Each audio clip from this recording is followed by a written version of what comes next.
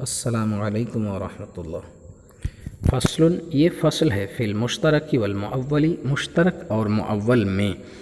المشترک ما، مشترک وہ ہے جو وضع کیا گیا لمعنیین مختلفین، دو مختلف معنی کے لیے، او لمعان مختلفۃ الحقائق، یا چند مختلفۃ الحقائق معنی کے لیے۔ مثال ہو، اس کی مثال قولنا، ہمارا قول، جاریۃ، جاریہ ہے، فإنہا، اس لیے کہ یہ تتناول الامۃ والسفینۃ، تتناول شامل ہوتا ہے الامۃ باندی کو، والسفینۃ اور کشتی کو، یعنی جاریہ کے دو معنی ہیں، ایک باندی کے اور دوسرا کشتی کے ہیں۔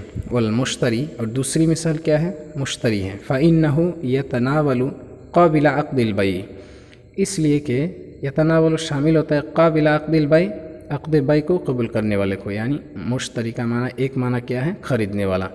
وکوکب السماء، اور آسمان کے ستارے کو۔ وقولنا، اور ہمارا قول، بائن، یہ بھی مشترک کی مثال ہے۔ فإنہ یحتمل البین والبیان، اس لیے کہ یہ احتمال رکھتا ہے بین کا یعنی جدائیگی کا، والبیان اور ظہور کا۔ وحکم المشترکی، اور مشترک کا حکم، انہو، یہ ہے کہ اذا تعین الواحد، جب ایک متعین ہو جائے،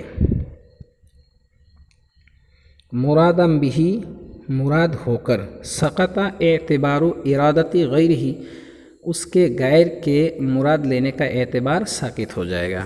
ولہذا، اور اسی وجہ سے، اجمع العلماء، علماء متفق ہو گئے، رحمہم اللہ تعالی، اللہ تعالیٰ کی رحمت ہو ان پر، اعلیٰ، اس بات پر، ان لفظ القروء المذکور،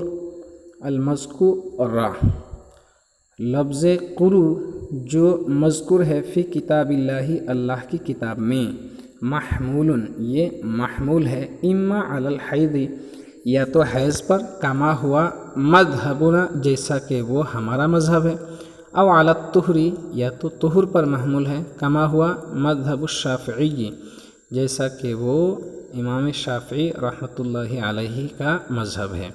وقال محمد علیہ الرحمہ، اور امام محمد نے فرمایا، اذا اوصى لموالی بنی فلان، اذا اوصى، جب وصیت کی، لموالی بنی فلان، بنی فلاں کے موالی کے لیے، ولی بنی فلان موالین من اعلیٰ و موالین من اسفل، اور بنی فلاں کے لیے موالی ہے اعلیٰ کی طرف سے، اور موالی، چند موالی ہے اسفل کی طرف سے، یعنی اوپر سے بھی موالی ہے اور نیچے سے بھی موالی ہے۔ موالی کا معنی ہوتا ہے آزاد کردہ غلام۔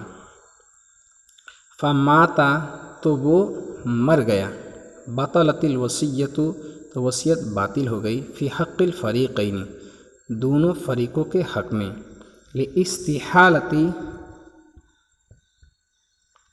استحالۃ الجمع بینہما، دونوں کے درمیان جمع کے محال ہونے کی وجہ سے، و عدم الرجحان، اور عدم رجحان کی وجہ سے، رجحان کے نہ ہونے کی وجہ سے۔